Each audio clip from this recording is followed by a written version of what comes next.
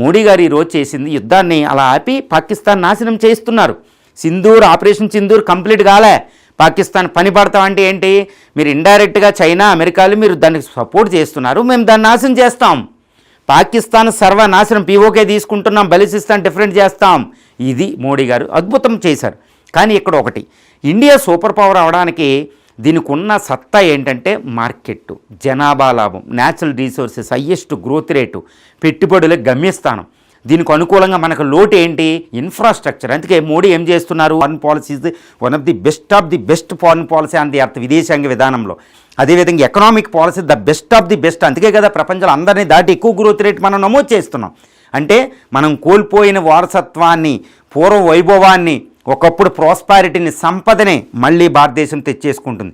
ఎవడు అడ్డొచ్చినా ప్రకృతి కాలచక్రంలో ఇది జరిగి తీరుతుందని మోడీ గారు నిశ్చయం కూర్చున్నారు. మోడీ గారు ఈ ఫారిన్ పాలసీ ఏంటి ఇవన్నీ ఇలాగే ఉన్నాయి. ఏదేమైనప్పటికీ ఆ రోజు మనం చూడాలి, 100వ స్వతంత్ర దినోత్సవం భారతీయులు ఎలా జరుపుకుంటారు, ఎంత ఉత్సాహంగా జరుపుకుంటారో మనందరం కూడా దాన్ని చూడాలని ఆశిద్దాం.